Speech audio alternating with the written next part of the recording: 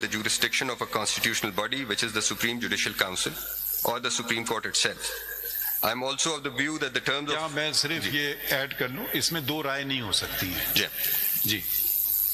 I am also of the view that the terms of reference for inquiry are strictly not germane to the subject matter of the letter dated 25/3/2024, wherein the 6 honorable judges inter alia stated that we are writing to seek guidance from the Supreme Judicial Council, SJC, with regard to the duty of a judge to report and respond to actions on part of members of the executive, including operatives of intelligence agencies, that seek to interfere with discharge of his/her official functions and qualify as intimidation, as well as the duty to report any such actions that come to his/her attention in relation to colleagues and/or members of the courts that the High Court supervises. Towards the end of the request made in the letter is for an institutional consultation in terms of the mechanism suggested in the said letter.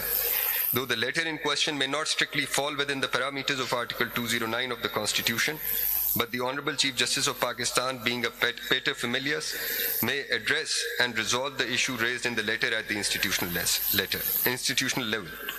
For the aforesaid reasons, I recuse myself to head the commission and proceed with the inquiry. انہوں نے تو مجھے اختیار دیا, مگر میں ذرا جمہوریت میں یقین رکھتا ہوں, تو میں نے اپنا کوئی اس میں اختیار استعمال نہیں کیا.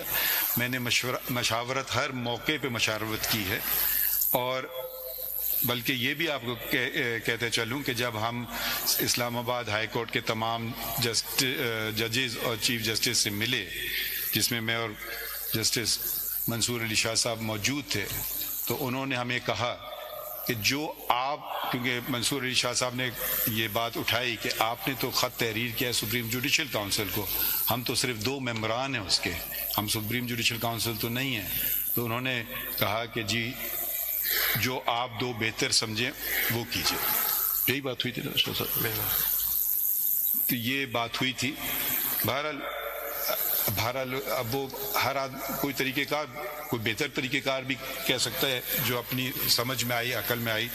تو ہم نے کہا کہ اس میں اب آ جائیں ذرا خط پہ. 2 چیزیں تھیں جی, خط پہ میں آنا چاہ رہا تھا. 2 چیزیں تھیں. ایک وہ پارٹ ہے جو جسٹس جیلانی نے اپنے اس ریکیوزل لیٹر میں میں اس میں ایک بات کر رہا ہوں کہ ایک انہوں نے جو سپریم جوڈیشل کاؤنسل کو ایڈریس کیا اس خط میں, ایک ہے جہاں پہ براہ راست وفاقی حکومت کو یا ایگزیکٹو کو الج کیا ہے. سو یہ 2 پارٹ تھے ہمارے سامنے جو تھا, ہم تو اس پارٹ کو دیکھ کر انکوائری کمیشن کی ہم نے پروپوزل دی تھی.